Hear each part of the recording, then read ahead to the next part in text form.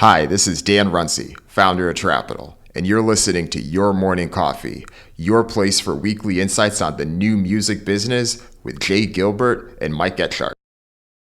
From Billboard, how are Spotify, YouTube, Soundcloud, and more preparing for AI music? From Rolling Stone, Oasis fans outraged as Ticketmaster begins canceling bots' tickets. And from Hypebot, songs are reaching 1 billion Spotify streams faster than ever. Well, so much to talk about, Jay. Really happy everybody is here to listen to us yap about these wonderful stories. So we're going to get going right about now. Stand by for transmission. This is London calling. Wake up! The revolution is at hand! Your morning coffee is on the air. On the air. On the air. On the air. On the air. On the air.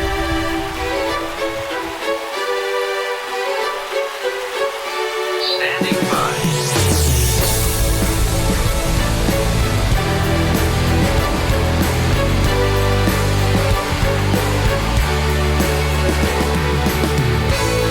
Your morning coffee, the weekly music news for the new music business. It's the highly curated, agitated, advocated, moderated, and liberated digital music information that you need to know.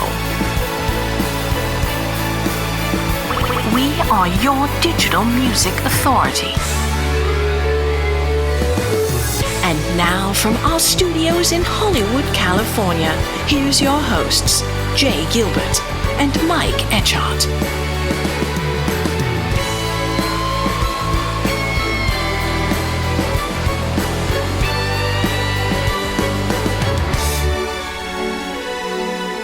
Well, Jay, it is very good to see you and a very strange day for me, but I am glad we are chatting. Let me just tell you that. Yeah, you're on a cruise right now and you're somewhere. Where are you?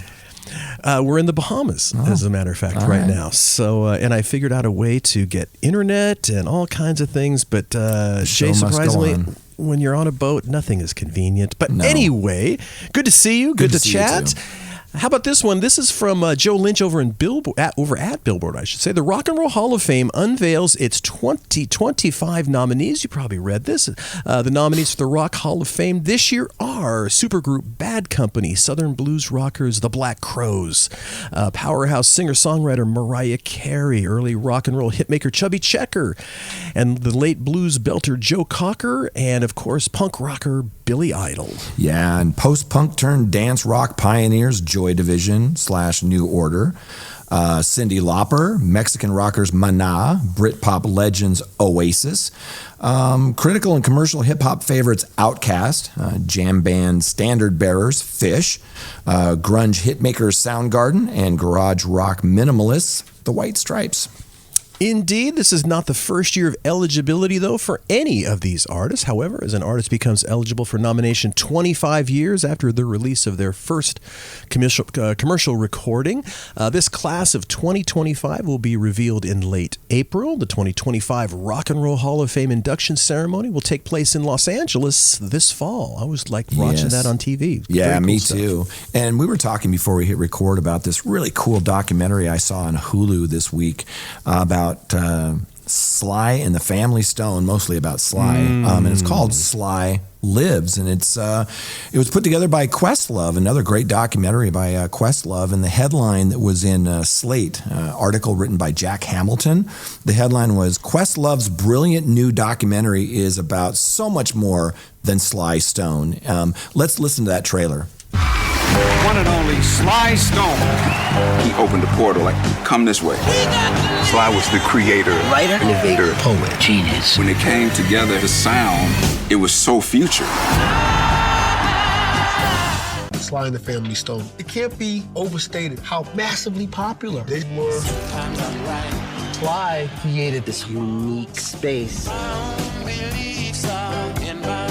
At that time, the mixed group was a new thing. Guys and girls and black and white. So you get all that input. They sounded like nothing else sounds.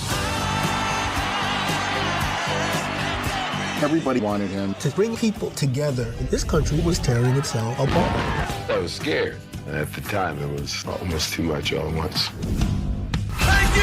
Thank you for letting me be myself again. So at age 81, Sly Stone he's having a long overdue and sorely deserved moment. 2023 saw the release of the recluse musical Titans memoir, Thank You for Letting Me Be Myself Again. It's a book and a release to acclaim and no small amount of celebration. So for decades, Sly has been one of music's great cautionary tales.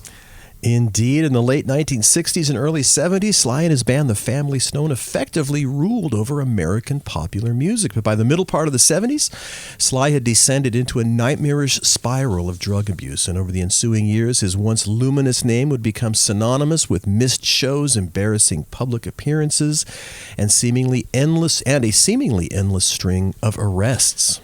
Yeah, it's too bad. And then he mostly disappeared. His last studio album of original material, that was 1982. And gradually his well-being and even his whereabouts became the subject of whispers and rumors where people were speaking at all. So when Sly resurfaced with his autobiography, apparently now clean, lucid, and ready to re-enter the public eye, it felt like a resurrection. Right. Questlove has assembled an increasingly impressive collection of talking heads, including Nile Rodgers, Andre 3000, George Clinton, Chaka Khan, Clive Davis, and 3 of the original members of the Family Stone. And another one from our good friend over at Billboard, that's Glenn Peoples and his wonderful newsletter, The Ledger. Music NFTs aren't dead. They're just becoming far more practical. He says they're back, but don't worry about holding on to your wallet. At least in the music business, the NFT, that's of course means non-fungible token, is quietly starting a second, more practical life far removed from the deafening hype that surrounded the digital assets just a few years ago. That's right. At the beginning of the decade, some artists made millions of dollars selling NFTs while celebrities were helping legitimize them, with stars like Justin Bieber, Snoop Dogg, Madonna, Paris Hilton, all buying NFTs from the then Bored Ape Yacht Club collection. Remember that? Then, predictably, the NFT bubble burst in fantastic fashion. In less than a year, Bieber's Bored Ape, which he purchased for $1.3 million, I can't even wrap my head around that, was worth around $69,000. That's less, right? And that is, I think, a bad investment. NFTs were often a bad investment, but the underlying technology still has many believers. Last week, Sony quietly launched a music NFT collection on Sonium blockchain platform. Sony's blockchain push comes at a time when music companies are increasingly targeting superfans through digital platforms and merchandise offers. That's right, but players in the music space seem content to focus on practical use cases and leave the speculation to meme coin hustlers, right? So, excuse me, Jeff Osler from Sing Music, he said that once we come out of this period and people start to accept blockchain tokens, there's some very, very interesting stuff that the technology will enable. He goes on to say that, but for now, meet them where they are. Let's sell them records from artists that they love and show them there's an amazing digital stuff that goes along with it and that it's collectible, and just leave it at that. Okay, we will leave it at that for now.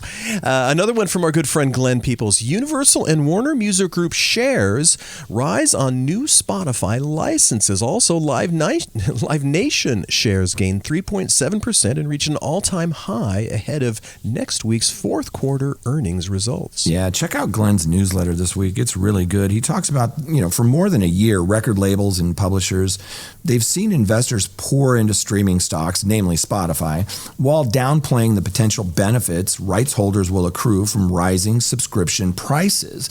Now, Universal Music Group and Warner Music Group are getting some attention as analysts are optimistic about the terms of their new licensing agreement Spotify reached this week.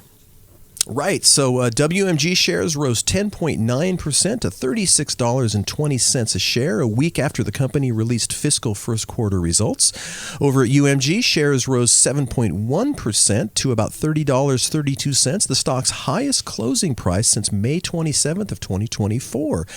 Both WMG and UMG were among the best performers on the 20-company Billboard Global Music Index. That's the BGMI, in case you're listening or wondering.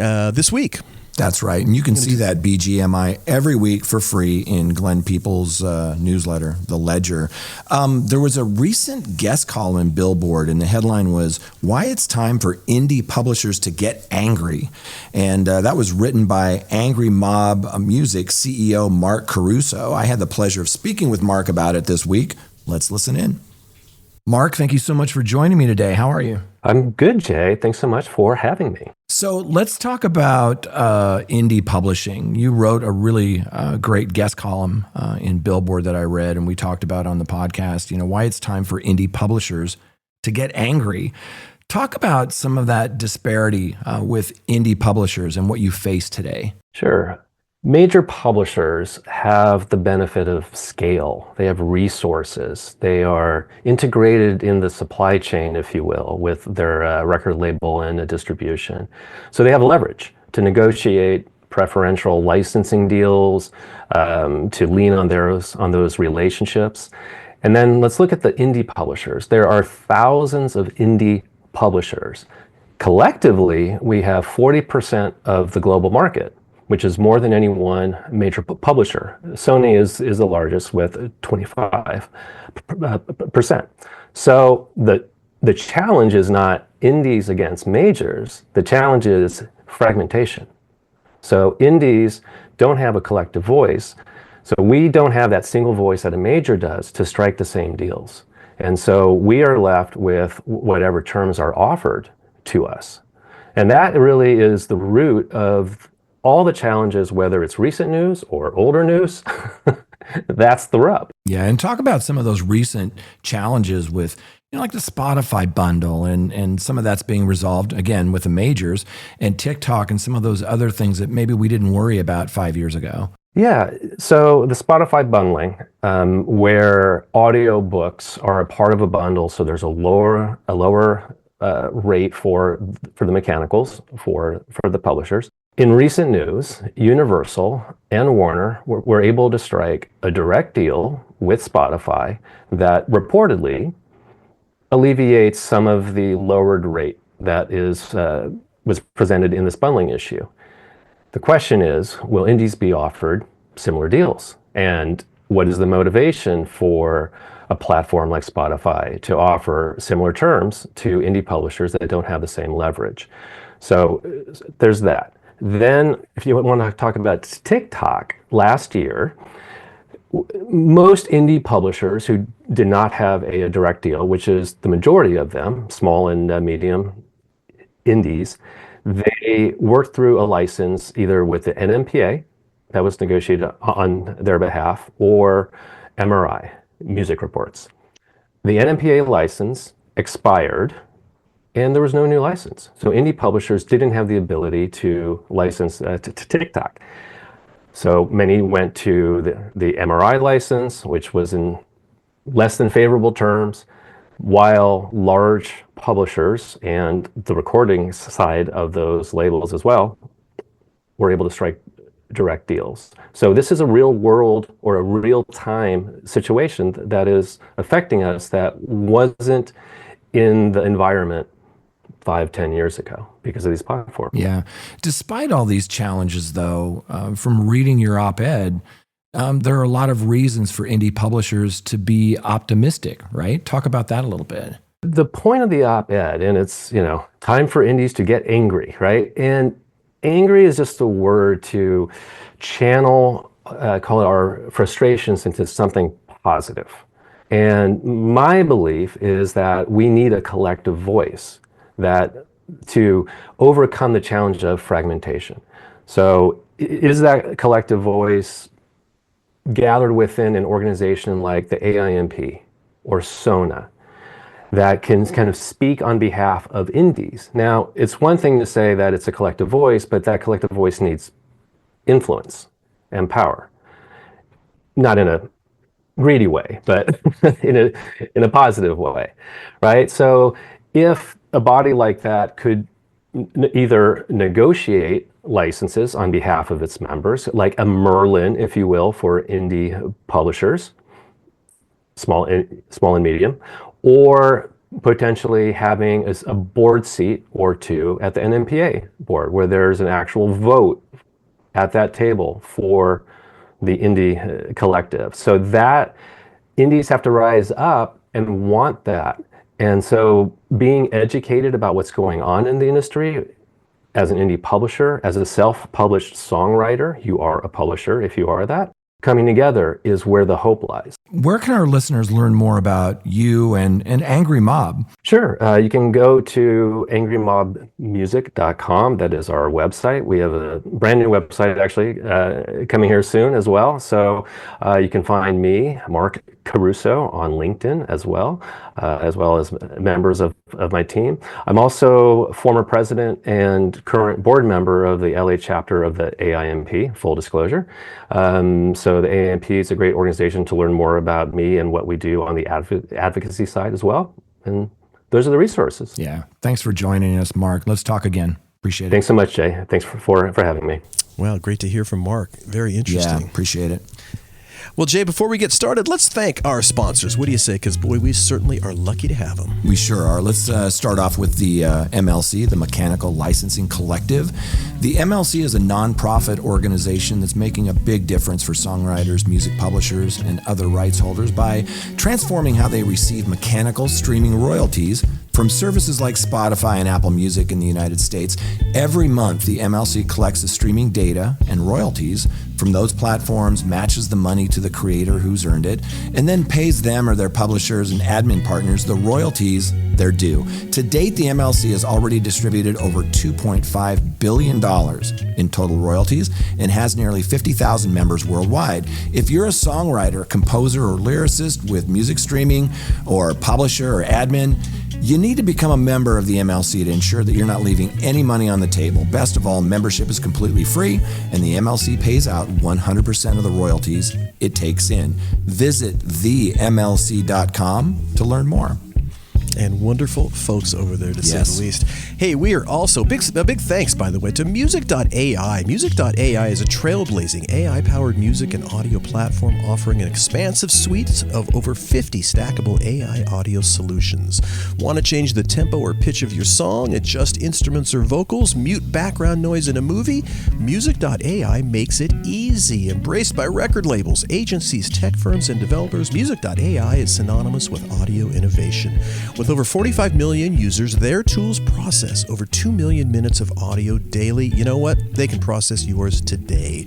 Go over to music.ai to get started, and I can tell you from experience, god darn, it's awesome. It's a lot of fun, isn't it? Really fun stuff. And, you know, you just get spoiled with all these new technologies.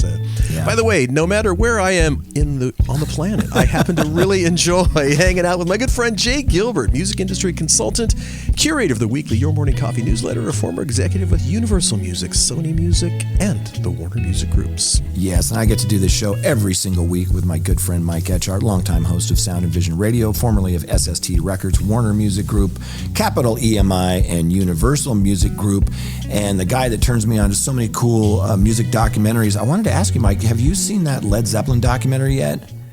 No, it's out. I do know that. And I think it's still in theaters. Oh, and okay. I've been meaning to go, and I've not seen it. I've seen the trailer like 10 times. Yeah. I can hardly wait. I've read the article about it.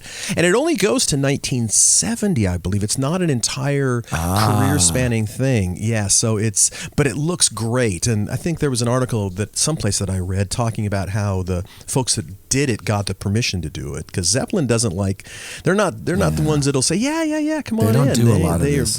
No, they don't do a lot of this. So I am looking forward to that one. Me for too. Sure.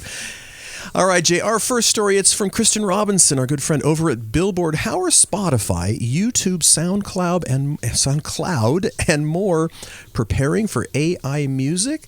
Have you heard about our Lord and Savior Shrimp Jesus? Last year, a viral photo of Jesus made out of shrimp went viral on Facebook, and while it might seem obvious to you and me that generative AI was behind this bizarre combination, plenty of boomers they still thought it was real. Yeah, and we'll explain why that matters. Bizarre AI images like these have become part of, exponentially growing problem on social media sites where they're rarely labeled as AI, and they're so eye-grabbing that they draw the attention of users and the algorithm along with it. That means less time and space for posts from friends, families, and real human creators that you want to see in your feed. Of course, AI makes some valuable creations too, but let's be honest, how many images of a crustacean-encrusted Jesus are really necessary?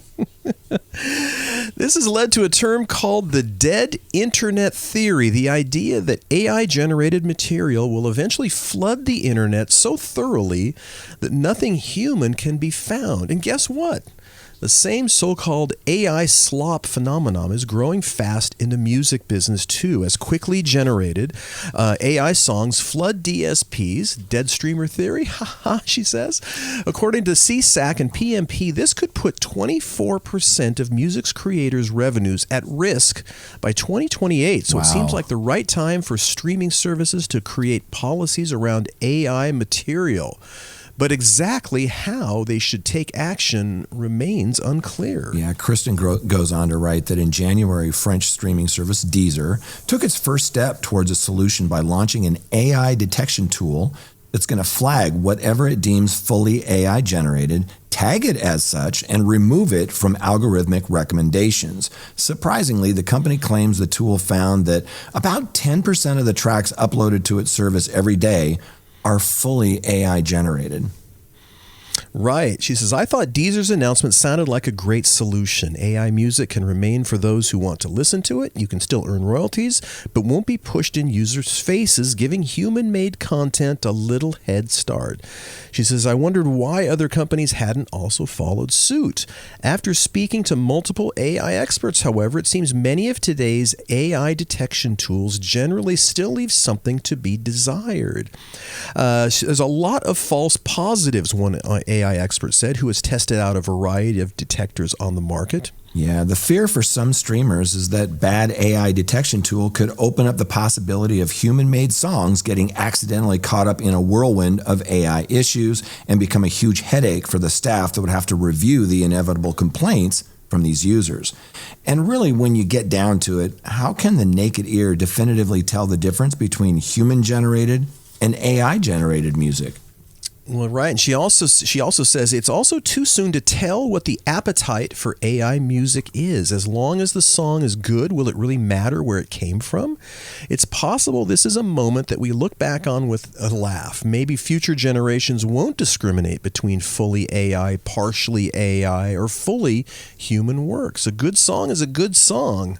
But we're not there yet. No, and the U.S. Copyright Office just issued a new directive affirming that fully AI-generated works are ineligible for copyright protection.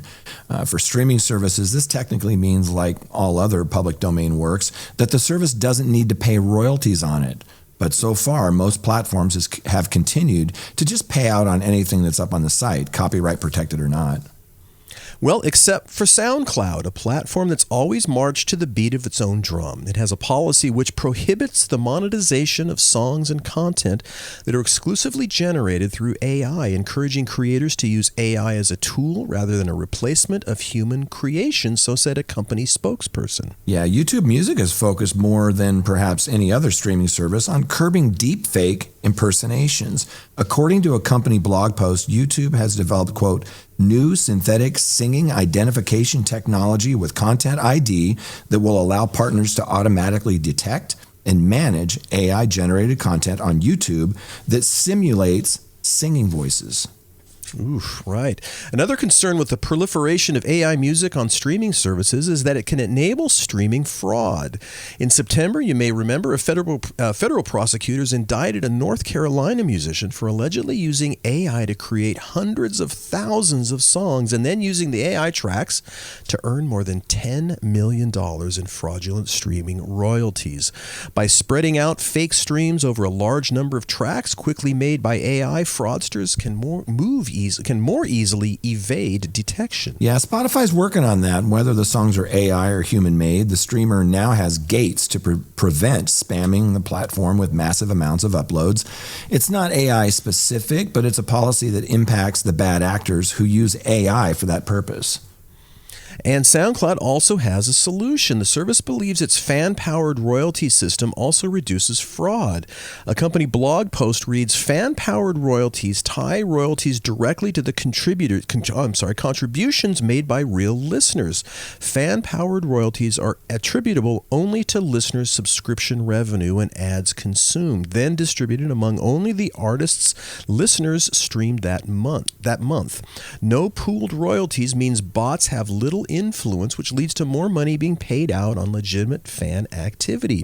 Again, not AI specific, but it will have an impact on AI uploaders with bad motives. Yeah, another good step. So what's next? Continuing to develop better AI detection and attribution tools, anticipating future issues with AI, like AI agents employed for streaming fraud operations, and fighting for better public policies for rights protections. It's a thorny situation, and we haven't even gotten into the philosophical debate of defining the line between fully AI-generated and partially AI-generated songs. But one thing is certain, this will continue to pose challenges to the streaming status quo for years to come.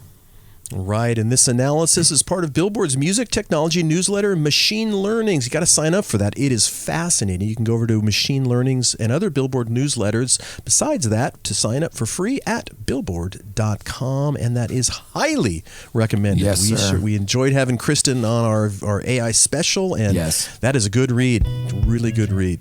Yeah, and let's thank some more of our sponsors here. First off, Hypebot. Since 2004, Hypebot has chronicled the new music industry and the trends and technologies that are changing how music is discovered, consumed, marketed, and monetized. It's edited daily by founder Bruce Houghton with help from Alana Bonilla. Hypebot and sister blog Music Think Tank are published by live music discovery and marketing platform Bands in Town. You betcha. Bands in Town. Over 90 million live music fans trust Bands in Town to get personalized concert alerts, recommendations, and messages from their favorite artists. It's the #1 artist service platform connecting over 650,000 artists with their superfans. Managers, labels, agencies, and artists access their own dashboard to manage or promote their tour dates across all platforms. Big thanks. Big thanks. Certainly appreciate it. And now, Jay, on to our next story. It's from Daniel Krebs over at Rolling Stone.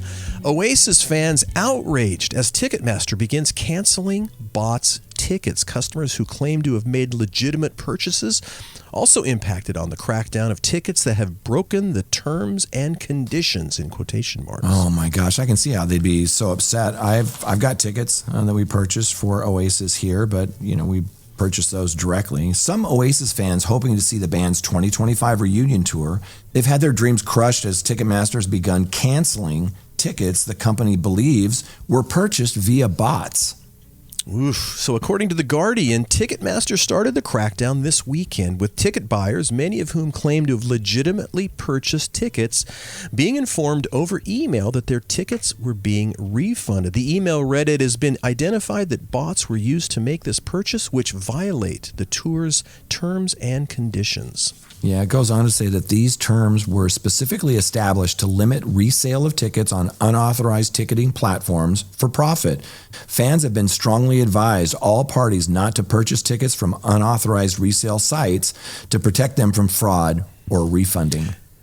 Well, in response to the uproar over canceled tickets, Ticketmaster published an Oasis refunds FAQ noting that Ticketmaster and C-Tickets will, from 7th of February, start the process of refunding tickets that are believed to have broken the terms and conditions put in place for the tour. The page adds, "The examination of ticket sales is ongoing and the results will be passed to relevant law enforcement once complete and where appropriate." Oh boy. Refunded tickets will be made available again at face value in due course from the official ticket agent Ticketmaster. All parties involved with the tour continue to urge fans not to purchase tickets from unauthorized websites, as some of these may be fraudulent and others subject to this refunding. And the situation, they say, isn't completely hopeless for legit, that is non-bots customers whose tickets were canceled, as Ticketmaster recommended that anyone who has been contacted and believes a refund was made in error has been sent a form to fill in for the tour's promoters to review. Can you imagine having getting that email that says, oh, by the way, those tickets that you bought, that show that you really wanted to go to, you're not going. We're refunding that amount. Oh my God. You've taken time off work. You've made plans and arrangements. Oh my goodness. It's just heartbreaking. But this is the new world we live in. Yeah, it sure is. All right, Jay, and our last story, it's from Hypebot by Jubran Haddad via the Chartmetric blog. Songs are reaching 1 billion Spotify streams faster than ever. And that is growing global streaming consumption, TikTok, and pop culture accelerating the rate at which songs reach 1 billion Spotify streams. And boy, that is a big number. It's a huge number. And we looked this up the other day. Less than 3% of the 200 million ISRCs that Illuminate's tracking, less than 3% reach 1 million. Not even a billion. Right. So this is the cream of the crop. When Drake released One Dance back in 2016, it was an undeniable contender for the Song of the Summer with Afrobeat influences from WizKid and a funky groove from Kyla. The track marked a remarkable departure from the Canadian rapper's typical sound. When Drake and his team probably couldn't have predicted, however, was that One Dance would make history as the first song on Spotify to hit 1 billion streams, achieving this milestone in just 193 days.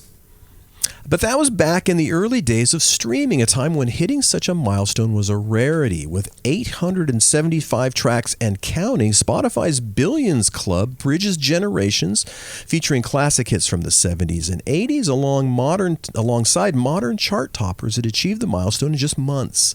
In May 2023, Miley Cyrus's heartbreak anthem Flowers became the fastest song on Spotify to hit 1 billion streams, doing so in 112 days. By October of that year, Jungkook and Lotto's 7 bested it in 108 days. A year later, Bruno Mars and Lady Gaga shattered the record again, reaching the milestone in just 96 days with their soft rock and pop ballad Die With a Smile, a song that I actually really love. Yeah, it's a great song. And last year, 13 of the 296 tracks to cross that milestone, that's amazing, they were released in the same year. By comparison, just 3 songs released in 2023 reached that billion stream mark. Was 2024 the year of the hitmakers or part of a bigger trend reshaping music?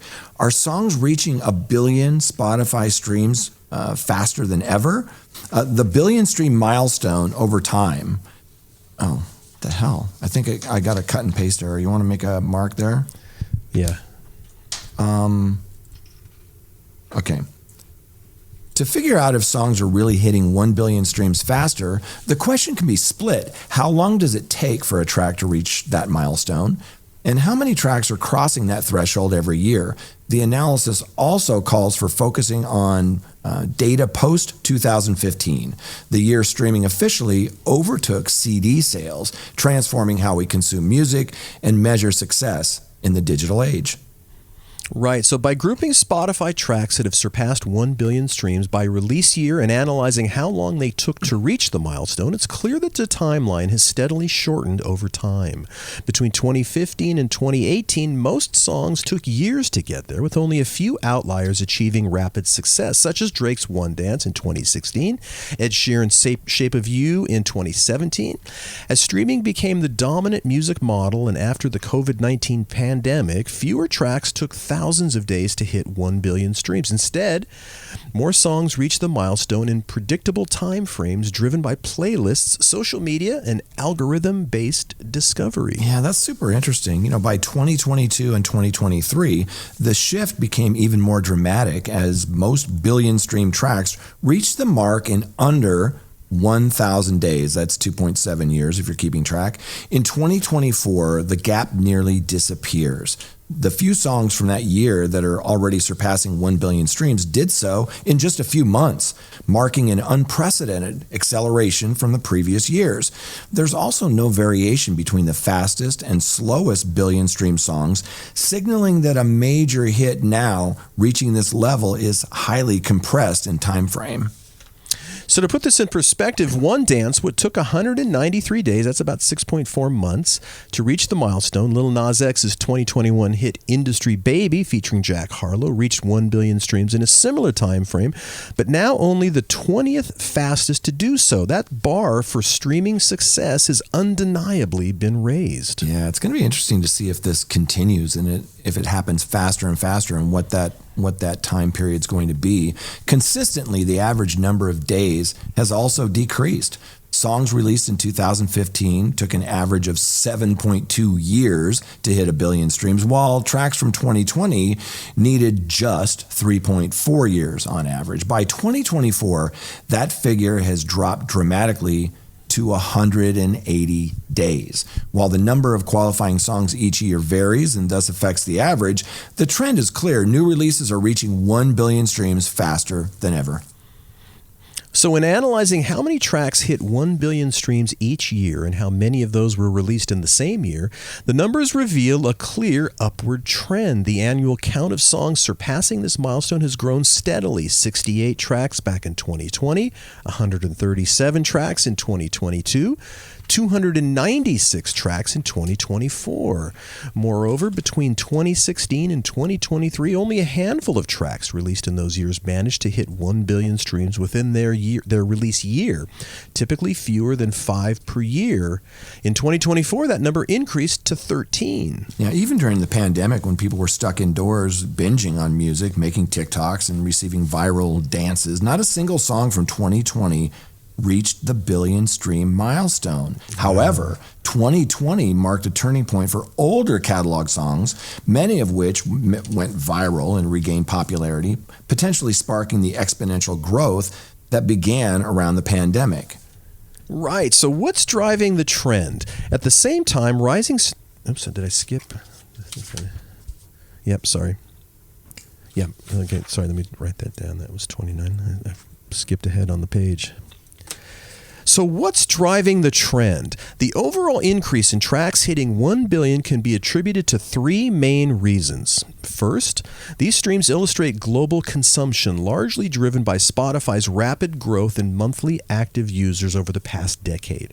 Editorial playlists like today's Top Hits and New Music Friday, along with algorithm-driven features, remain influential in driving streams. However, questions remain about the authenticity of this hype. Do these streams reflect genuine listener interest, or are they inflated by passive listening and background plays? Additionally, there's ongoing debate about payola, bot farms, and whether algorithms truly operate fairly. Second, short-form video platforms like TikTok continue to shape the music industry, proving their dominance in music promotion. Out of the 14 tracks that surpassed 1 billion streams last year, 12 had a viral moment on TikTok. Take $1 Million Baby by Tommy Richmond as an example. It generated over 10 million TikTok posts in less than a year. Another example is Apt. The track has 9 million TikTok posts and achieved 1 billion streams in just 100 days, making it the fastest song to date to reach that milestone. Right. And so third, the music scene has experienced a dynamic resurgence since hitting a low point in 2014, driven by the return of major artists and the rise of fresh talent, many with their own billion-stream hits.